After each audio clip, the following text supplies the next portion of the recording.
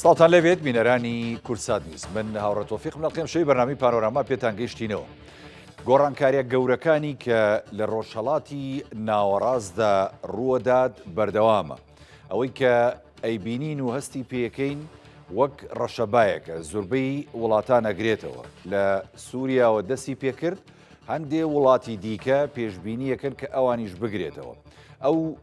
گۆڕانکاریە گەورانی کە ڕوو ئەدات گۆڕینی نەخشەکەیە کە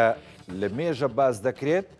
یاخود تاوبوونی وادەی پێشووتری ڕێکەوتنی سایکس بیکۆیە کە دەڵێن 100 ساڵ بەسەریدا تێپەڕیوە. جارێکی دیکە دانانەوەی نەخشەی وڵاتان لە ڕۆژهەڵاتی ناوەڕاستدا چێ سوودمەندە بێلەی و چێ زەرەرەکان. ئەوەی کە لەم پرۆسەیەدا سەردار و بەشدارە چێیە؟ ئیسرائیل و ئەمریکا و هەندێک وڵاتانی هەرێمایەتی.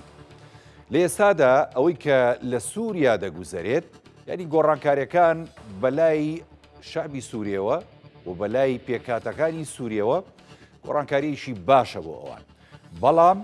هەندێک وڵاتم گۆڕانکاریانە بە ڕەشەبای کەوتنی دەسەڵاتەکانی خۆیان ئەبینن. ئێران و عێراق تا چەند بۆ ئەم بابەتە ئامادەکاریان کردووە، چونکە جوڵەیەکێ لە نێوانە هەردوو وڵات. ئەمریکا پێش دەست بەکاربوونی ترامپ هەندێک ئاماژەی داوە بە دەسەڵاتدارانی عێراق بە تایبەت سۆدانی کە داوای لێ کردووە حەشدی شعبی بە تەواوەتی هەڵبۆشێتەوە و ئێرانی ژێسەکەوتۆتە جوڵە بۆ ئەم بابەتە و دەوێت بەرژەوەندیەکانی هەم لە عێراقدا پارێزراو بێ هەم ئاگرەکەش دەخۆی بە دوورکە. رووسیا لەم یاریەدا بەرژەوەندیەکانی لەکوێدایە. تورکیا کە ئێستا یاریزانێکی سەرەکیە لە ناوچەکەدا و بە تایبەتی لە سووریادا و خۆشی دەناڵێنێ بەدەست دۆخێکی شلۆقی ناوخۆییەوە، ئەو چۆن نەتوانێت یاریەکە لە بەرژەوەندی خۆی یەکلا بکاتەوە. ئیسرائیل کە باڵا دەسترین دەسەڵات و هێزە ئێستا لە ناوچەکە توانیوێتی تا ئێستا هاوکێشەکە بەلای خۆیدا یەکلا بکاتەوە یاخود نەخێر. ئەم شەو گفتوگۆکەین لەسەر کۆی ئەم بابەتانە بە میوانداری برای بەڕێز کاک هیوا محەممەد نووسەر و شۆڤەکاری ڕۆژنامی کوردستانی نیو کە لە بەرنامی پانۆراما لە سودۆ لەگەڵ بەخێر بیکاگی. زۆر سپاس دەکەم بەربژی. تاوان پێشەکیەکەم وت ئەوەی کە ڕووەدا زۆر لەوە زیاترە لە ڕۆژهەڵاتی ناوەڕاست و لەم ناوچەی ئێمە کە بە ناوچەیەکی زۆر گەرمیانی تەماشاکرێت. خوێندنەوەت بۆ ئەم ڕۆژە چۆنە کاگی واجەناو دۆکو شرۆڤەکارێک. باش. یەک بە کورتی ئەوێ تۆزە توانجێکم هەیە لەسەر مەسلەی بەڕێوەچوونی سیاست لەم سەردەمەیە. ینی سەیرەکەی لەسەر ئاستی هەموو جیهانیش شتێک کە پێی ئەوترێ ئەخلاقی سیاسی کە بنەمای هەیە بۆ سیاستکردن لە دەست چووە. ینی سیاست لە مەبادیع دەرچووە، سیاست بۆتە مەساڵحێک کە بە سەعات و بە دەقە ئەگۆڕێت تەوەقعاتەکانی کە کەسێک دێ ئەیکا لەسەر بنەما سیاسیەک زانستیەکان بە پێچەوانەوە دەرەچێت، چونکە کەسی پابەت نییە بە یاساکانی سیاستکردن و زانستی سیاستکردن. بۆیە لە پڕێکە ئەم دۆخی کە بینیمان لە سووریا هاتەکایەوە لە پڕ هات. ڕاستە ئەمە چەند ساڵێکە کەوتنە بەهاری عەرەبیە و وێرانکاری هەیە و بردومان هەیە و شار چۆڵ کراوە و داعش لەوێ سەری هەڵدا و ئەم هەموو حرەکاتانە دروست بوون و تورکیا هاتە ناو ئێستش تیا هەیە و ئەمریکا لەوێ و هاوپەیمانی لەوێ و کورد کیانێکی بۆ خۆی دروست کردووە. هەموو ئەمانە بەڵام بەڵێ ئەمە لە تەرەفی سووریاشەوەکو ئەسد ئێران و سووریا هاوکارێکی سەرەکی بوون. باشە تۆ چۆن تەوەکو ئەکەی کە رووسایەکی زلهێز کە خاوەنی حەقی ڤیتۆیە لە جیهانە لە مەجلیسی ئەمنا لەوێ مەتاری تایبەتی هەیە، مەتاری عەسکەری هەیە. ئێران بۆ هەموو هێزەوە لە سووریا بۆ چەند وەختە بۆ هەموو ئامێرە عەسکەریانەوە چۆن تەوەکو ئەکەی لە ماوەی 10 ڕۆژە 12 ڕۆژە بێن و ئەم حکومەتە بگۆڕن و ئەو دوو وڵاتەش بڕوە. وڵاتێکی گەورەی زلهێزی جیهانی و یەکێکی گەورەی مەنتیقەکە ئیقلیمی کە ئێرانە چۆن ئەمە لە چ بنەمایەکی بەرژەوەندیشی 50 ساڵش لە چ بنەمایەکی سیاسەتە ئەتوانی خوێندنەوەی بۆ بکەی پشتی پێ نەبەستی. ینی تەنانەت من دوو هەفتە پێش ئەو ڕووداوە لەگە کەناڵێکی عەرەبیا پرسیاریان لێکردم ئەمە وەڵامەکەم بوو تم لە بەرچاوگرتنی وجودی ئەو دوو وڵاتە تۆ ناتوانانی بڵێ بەڵێ بەم نزیکانە حکوومەتە تیاچێت. ئەمە هات. ئێستا ئەوەی کە هاتووە نیشانی جێ پرسیارە. وتمان ئەمە لە کونفەیەکوونێکە هات بە اعتراف بە دەرکەوتنی یەکەم دیمەنی ئەم هێزەی کە شەرع کادێەکە بەوەی کە تۆ بینیت هەمویان لە سەربازەکانیان یەکپۆشە بەوەی کە جیهازەکانی بە شانیانەوەی هەموو یەکە سیلاحەکانیان یەکە کڵاوەکانیان یەکە ئەمە دەرکەوت کە ڕێک لە ناو تورکیا هاتن ئامادەکاری بۆ کرا بەڵێ هەر پێش سقوتی دیمەشقیش قسەکەرێکی حکومی لە هینی جێیش بەیانێکیان دەرکرد وتیان هەزاران کەس چەکدار لە باکووری وڵاتەکەمانەوە هاتوونەتە ناوە یانی لە تورکیا بە دوای ئەوە شاکە دیمەشقیان گرت شەر خۆی وتی دوو مانگ لەوە پێشەمە لە غازی عەنتەب کۆبوونەوەیەکمان کردووە تورکیا و ئێمە و ئەمریکا ئەمەمان پلانمان بۆ داناوە و پێشتر زانیمانەکە ئەمە ئەکەین زانیوانەکە ئەمە ئەکەن و سیناریۆکەش کە بۆیان داناوە پێ ئەچێ رووسیاشان ئاگادار کردووە چونکە ئەگەر بیرتان بێت چەند جارێک ئەمریکا لە شوێنێکی ئایا لە ناو رووسیا لە ناو سووریا ئەیوت رووسیامان ئاگادار کردووە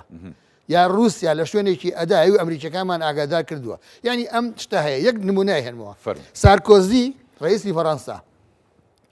بە پێی هەواڵێکی ئەمڕۆی کەناڵی عەرەبیە سارکۆزیە درێ بە دادگا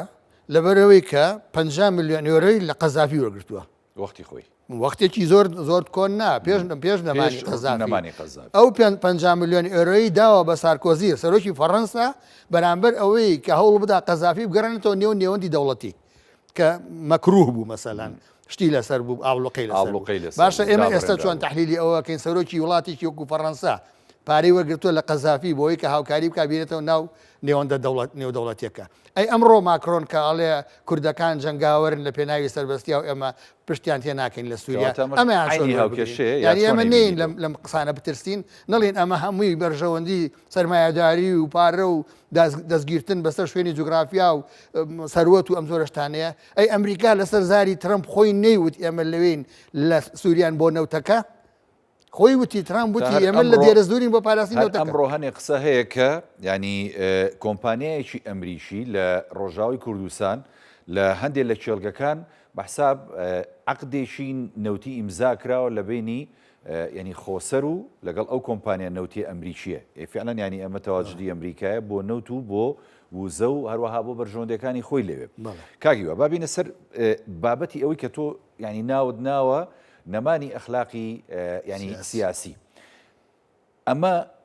بەرژەوەندی زلهێزەکان وای کردووە کە نەمێنەیە خود نەخێر خۆی لە هەموو ڕێکەوتن و هەموو سەفقەیەشی نێودەوڵەتی و هەرێمایەتیە زۆر جار لایەنی بەرامبەر ئەم ئەخلاقە سیاسیە پێشێلەکە لە پێناو ئەوەی کە دەستکەوتێکی دیکەی هەیە لە لایەشی دیکەوە پێ دوایە ئەمە بابەتەکەی یاخود نەخێر گۆڕانکاری سەدەیەکە ڕۆدا پێشتریش ناببوورە من لەگەڵ گۆڕانکاری 100 ساڵە نیم شکەوان نییە ئەگەر مەسەلە 100 ساڵی و 100 ساڵ تێپەڕی تقریبا ئای بۆ زۆر باس ئەجا خۆ پێشتر چەند 100 ساڵی پێشتر دیمانە گۆڕانکاری ئەمەی کە باس دەکرێت گوایە وایان دانابوو ئیتیفاقیەکەی سایکس پیکۆل لە 100 ساڵە مەفعولی نامێنێ ئیتر هەندێک محلیل پێیان وایە کە شتێکی تر دەست پێ کاتەوە گوایە 100 ساڵ جارێکە من لەگەڵ ئەمایان نیم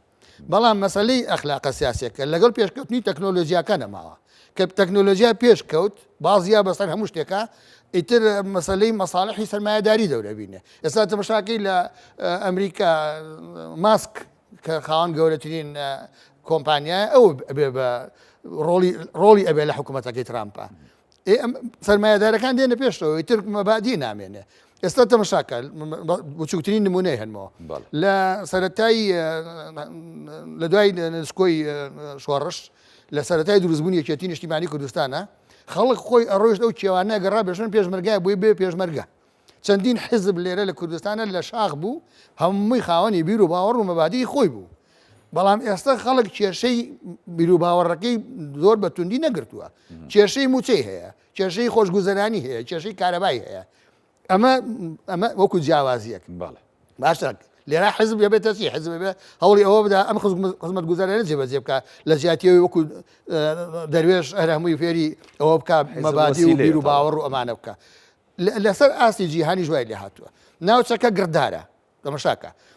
ئیسرائیل لێرە هەیە ئیسرائیل ینی ئەمریکای چکۆلە من وای تەشبیهەکەم ئیسرائیل ینی ئەمریکایەکی بچووک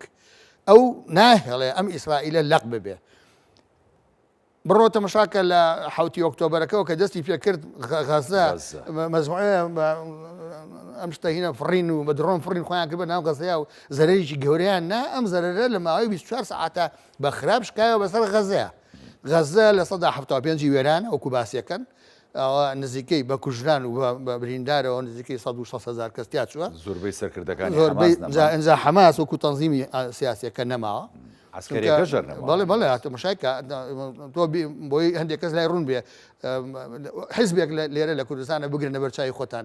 سەرۆکەکەی و جێگرەکەی و مەکتەب سیاسەکەی و لیژنەی مرکزی و هەمووی تیا بچێ زۆربەی کادیرەکانی ناوچەیەکان تیا بچن توانە سەربازەکان نەمێنێ چی ئەمێنێ دوای ئەمە هات لە حزب الله ئاڵان حزب اللهشی بە هەمان شێوە پەلوپۆ خستن ئێستا بۆ سووریا بۆ ئیسرائیل خەوێک کاتۆتە دی کە دەمێک بوو بەتەمای بوو ئەو ترسی لە لوبناان و لە سووریا نەهێشتووە لە غەزە ئێستا غەزا تا دەست وڵاتانی عەربی بە مشارەکەی فەڵەستینی کە کادی غەزە بکەن ئەمە کۆتایی پێێنەوە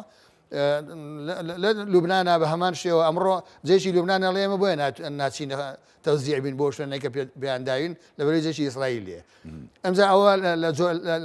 مرتەفعاتی جۆلان هاتە پێشەوە ئەو مشۆنانی کە پێوترا محاید بینیان کەسیتیانە بێ گرتوێتی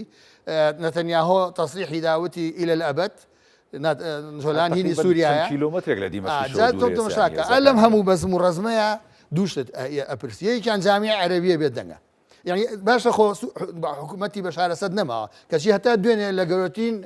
مەتاری عسکەری سووریادا ئیسرائیل وێرانیەکە ناخر ئەوە ینی چۆنەڵی بەشێکە لە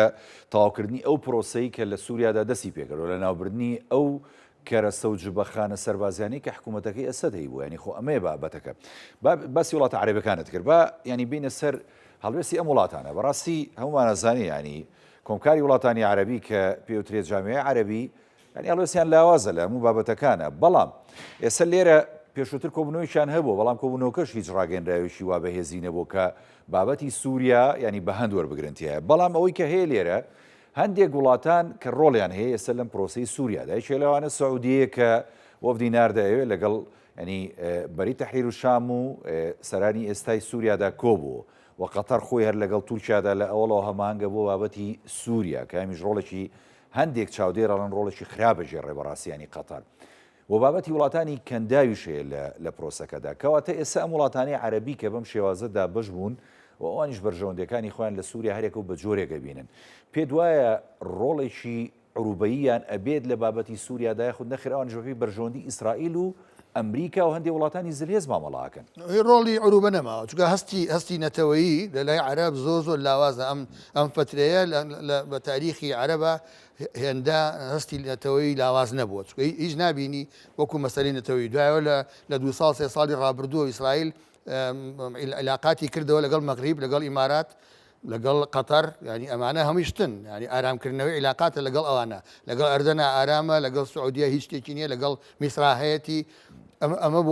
بۆ ئیسرائیل دەستکەوتێک بوو بۆ تەفکیکی هەڵوەشاندنی هەستی عەرەبی و مەسەلەی کۆمکاری عەرەبی و ئەم زۆر هەڵوێستەکانیشیان یعنی زۆر تەماشاکە ئێستا ئەو وەزیری خارجیانەی کە باسمان کردن لە هەندێک وڵات خۆیان گیانە دیمەشق تەنانەت لیبیاش چوو بۆ پیرۆزبایی بەڵام ئایا جاران ئەمان بیست لە هەشتاکانە لە پڕێکە جامیع عەرەبی بانگەوازێکێکرد لە خلال 24 ساعتە ئەبێ بێن وەختی خۆی ئەنوەر سادات اتفاقی کام دێفدی کرد لەگەڵ ئیسرائیل خلال 24 ساعتی نێ ڕیسۆیان کرد اجتماعیشان کرد و لوتکی عەربی ئەبزەم لە بەخاش کرا هەر قەتعی علاقیان لەگەڵ ئەنوەر ساداتە کرد ئەی بۆچی ئێستا ئەم جامیع عەرەبیە کۆ نابێتەوە لەبەری هەستی نەتەوەیی لای عەرەبیش لاوازە دوای ئەوە قەتەر زاڵە بەسەر مەوزوعە سیاسیەکە بە حکمی دەوڵەمەندیەکەی و پارەداریەکەی هەروەها قەتەر خۆتان دەزان بنکەی تالیبان بوو بنکەی حەماس بووە تەنانەت بۆ داعشیەکان ئێستا ڕۆتە ئیخوانێکە ئەم ڕۆتە ئیخوانیە تقریبا ئەتوانم بڵێم لە ڕێی عەسکەرتاریەوە نایە ئەمەیان جیاوازە چونکە لە ڕێی عەسکەرتاریەوە فکر ناچەسپێنرێ وەکو ڕۆتی ئەخوانی ئەمە ڕەنگە پەیوەندی بە تەنزیمە ئەوان خواستی تورکیایە ئەو شتە بکاو خۆشی ببێ بە سەید المەنتیقە لە مەسەلەی سونەگەریە بەڵام ئەمە ڕێگەی پێ نادرێت چونکە ئەم دابەشبوونانە دەستی جلهێزەکانی تیا بە تایبەتی ئەمریکا ئەویش واکە هیچی لەویکیان زیاتری نەبێ دابەشیانەکە بە جۆرێک کە هیچی کامی چونکە ئیسرائیل ئەترسێ لەوەی کە مەدی عوسمانگەری و ئیخوانی لەو منتیقا بێتە پێشەوە ئەگەر ئەمڕۆژ ئارام بێ 5 ساڵ 6 ساڵ قسەنەکەن دوای ئەبێتە دوژنێکی سەرکی ینی ئەو مەدە شیعیە بۆ ئیسرائیل مەترسی دارترە یاخود ئەمەی نەخێرێسە کە پێ و ترێشە پۆلێکی دیکەی سونەکان کە یانێ بەربگرن بەو مەدە شیعی کە ئەوسا ناونرابوو هیلالی شیعی کە تەکمیلەکەی تاوەکو لوبناان و فەڵەستین بوو کامیان مەترسی ئەو مەدە شیعە خوازیار بووم جێبەجێ بکەن خۆشیان ئازانی کامە ناکرێت چونکە ئەو ململانەیە لەگەڵ ئیسرائیلان ناکرێت بە پشتی ئەمریکا و هەموو ئەوروپای غەربیش ئەمە ینی عقلێکی سیاسیەوە کە لەمە تێبگا بەڵام بەردەوامی ئەدا بەو ناکۆچیانەی کە تاوەکو کۆتایی هاتنی سووریا هەبوون من ئەگەڕێمەوە بۆی کە خواستی تورکیا ئەوەیە ئەم سووریایە داگیر بکە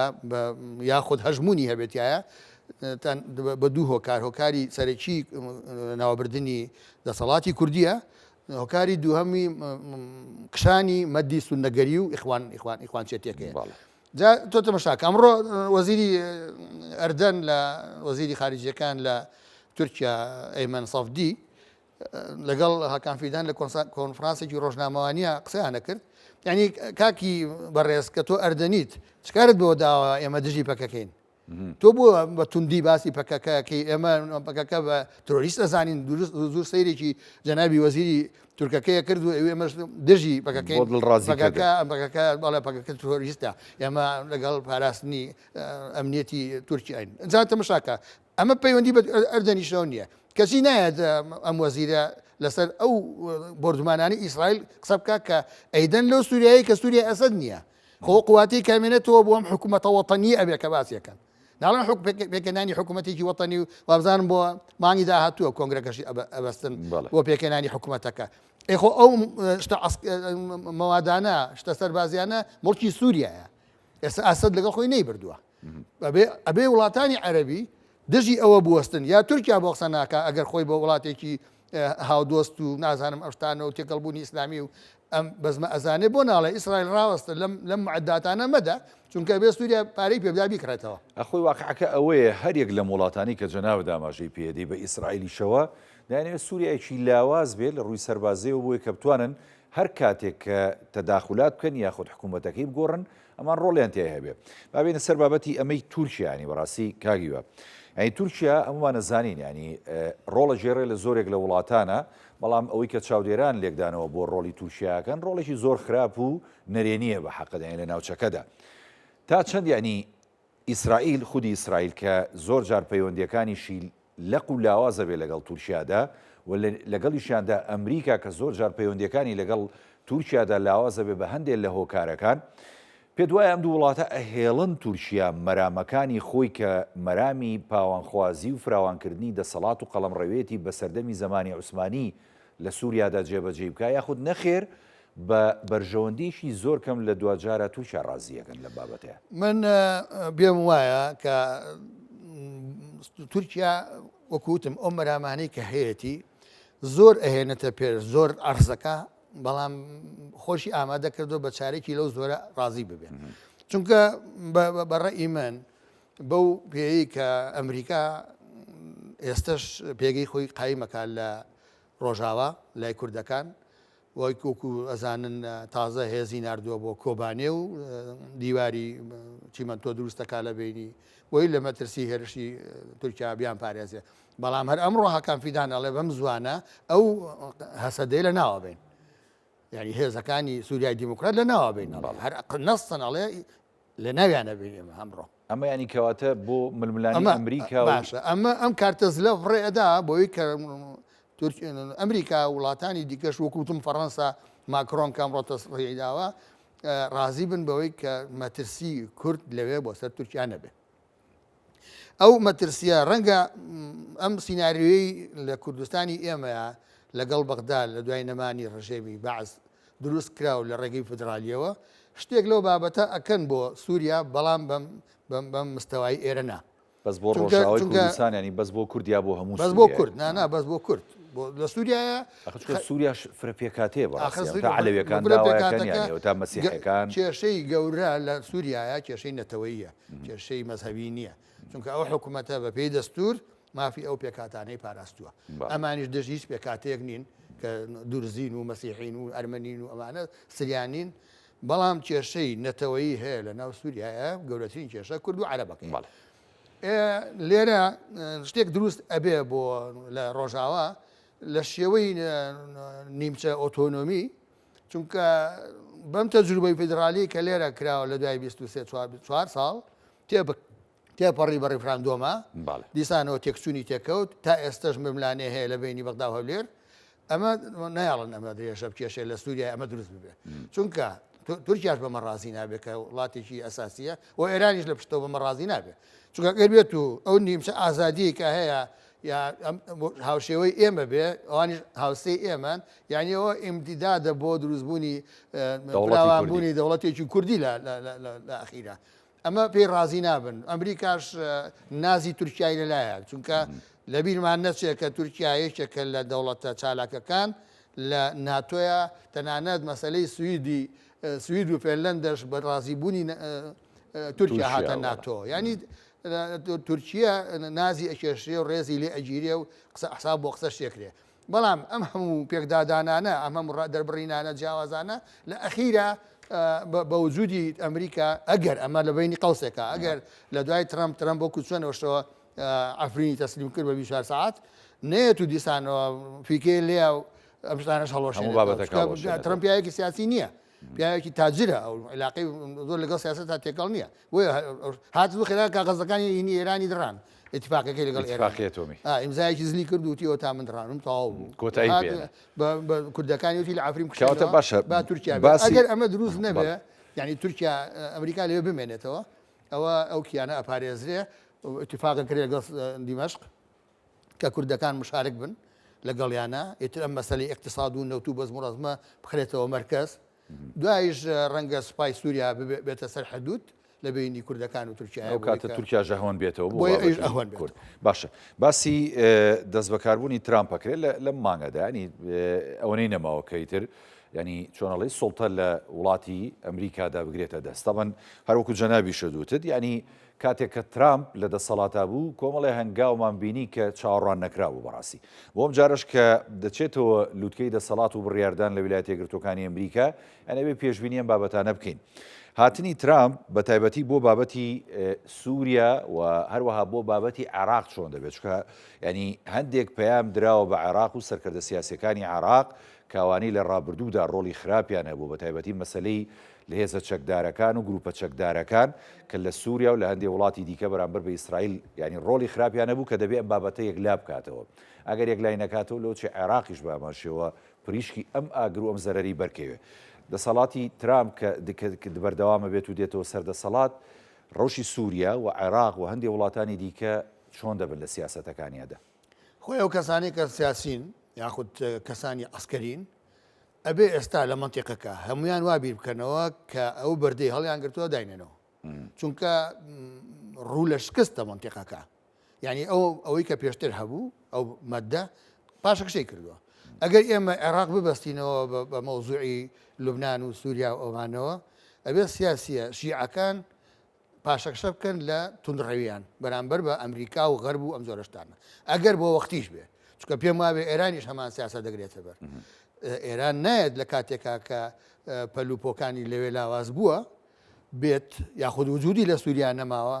بێت لە ناو عێراقە تەحەدا بکات چکە ئەمە هەریەت ئەم شتە ئەمەدە ئەوان سوورن لەسەرەوەی کە ئەم مەترسیە کۆتایی پێوێنن جا ئەگەر ئەم ئەقلیەتە سیاسی بەکار بهێندرێ ئەوە پێم وانێ چکە عێراق خۆم پەیوەندی بە سووریاوە نییە ئەو شتێکە لە سووریایە بووە حکوومەتی لە سووریای بوو حکوومەتێکی جیاواز بووە بەی لێرە جیاوازە هەتا تەنانەت تشکیلی حکوومەتەکەی عێراق جیاوازە ئێستا مەسەرەن کێشەی عەرەب و کورد لێرە نییە عسکەریان ئێمە هاوبەشین لە عێراقا لە حکومڕانی سەرۆکی کۆمارمان کوردە مەسەلا چەندین وەزیرمان هەیە کوردن دەستورەکە کوردیش دەستورەکە کوردای ناوە کوردیش حیمایەتی ئاکرێ ئێستش لەگەڵ حکوومەتی بەغدا ئێمە وەکو فیدرالی هێن ئەمانە هەمووی دوورمان نەخاتەوە لەوەی کە ئێمە تێکەڵ نابین بە وەزعی سووریا یەک شتی کەژەمێنێ جارجا باسی ئەو کرێ مەترسی تورکیا مەترسی تورکیاش لەم کاتا لەسەر ئێرە هەڵنادا جارێ چکە ئەو بەیەوە مەشغوڵە ئەویش وەکو دەوڵەتێک وەکو سیاسی خۆیان بیرەکەنەوە کە ناتوان پەلاماری هەمووی بدەن بەڵام تا وجودی عسکەری لێرە هەیە لە بادینان ئاەتی دەیان معسکەری بەڵام خۆی مشکلەکە ئەوەیە ینی ئەوە تا ینی سەرکردەکانی عراق یانی لەسەر زاری خۆیانەوە هەر ینی باز دەواکەن کە عراقیش بەرە و ینی چۆن ڵی ئاژاوژێڕی دابەشبوون لەم مخەتەتی ینی ڕۆژەڵاتی ناوەڕەسە نوێیا بێ بەتایبەتی و تا مالیشی نەیشاردوەوە کە سەرۆکی دەوڵەتی یاسایە ئەڵێ عراق بەرە و ئاژاوە دەبن وەوە تا ینی هەندێک جموجوڵی ئێرانی شێ بەتایبەتی بڕیارە قائنی بێتە بەغداد و دواتری سۆدانی دەچێتە ئێران یانی لەگەڵ خامنایی و لەگەڵ ینی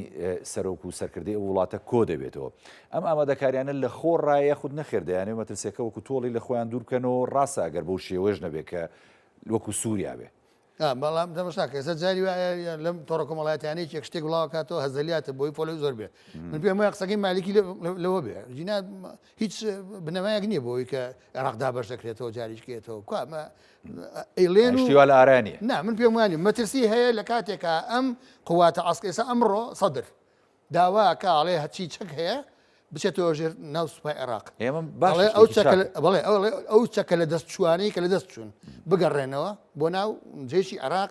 مەجامی عسکەریەکان نەمێنن چەکدا ئێمە داوای ئەمریکاشە زانجا باشە ئێستا کە تۆ ئیتیفاقێک هەبێ داخلی دەنگی داخلیشی لەسەر بێ لە هەمان کاتەوە کووتم ئێران ئەگەر سەرپەرشتی ئەم مەسەلەی هەشتی شعبیەکانی کردبێ بزانێت کە لەلایانی عسکەری ئێستا لە پێشڕەفتان نییە ئەبێ چی بکە ئەبێ یا پاشەکشە یان دایمرکێنێتەوە دەم جیانکە لەگە سوپای عراق داین برکێنێتەوە بە هەمان ئەفکار هەمان بیر و باوەڕیانەیە شیعان ئەسنەوە ناو سوپای عێراق یاخود ئەخرێنە ناو وەزارەتی داخلیەوە بە هەر جۆرێک بێ ئیتر بۆ ماوەیەکی کاتی ئەمە ئەبێت سیاسی کەسی سیاسی عسکەری ئەم بڕیارە بدە بۆ ماوەیەکی کاتیش بێ بۆ چەند مانگ چەند ساڵێک بێ هیچ مەترسیەک لە عێراقەوە بۆ سەر مەساڵحی ئەمریکی نەمێنێ بۆ مەساڵحی غەربی نەمێنێ بۆ مەساڵحی ئیسرائیل نەمێنێ هەتاوەکو خۆ کۆ ئەکەنەوە ئێستا چوونی بەڕێ سوودانیش بۆ ئێران ئاساییە چونکە دۆخێکی گەورە هاتوۆتەکایەوە سووریا قەڵب بۆتەوە بە زۆرێکی تری لە هاتووە جاران مەسەلەن تاری ئێرانی بەسەر عێراق ئازاد بۆ ڕۆژ لە سووریانیشتەوە ئێستا ئەمانە هەمووی ئەگۆڕێن پێویستی بە گفتوگۆ هەیە پێویستی بە ڕێکەوتنی تازە هەیە دیاریکردنی خەتی سیاسی تازە هەیە لەم ڕۆژانە وەزیری خارجی تورکیا و وەزیری دیفاعەکەیان و ڕئیسی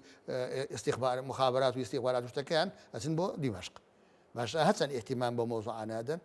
ئێمەش پێویستمان بە جم و جۆڵە ئەجینا تورکیا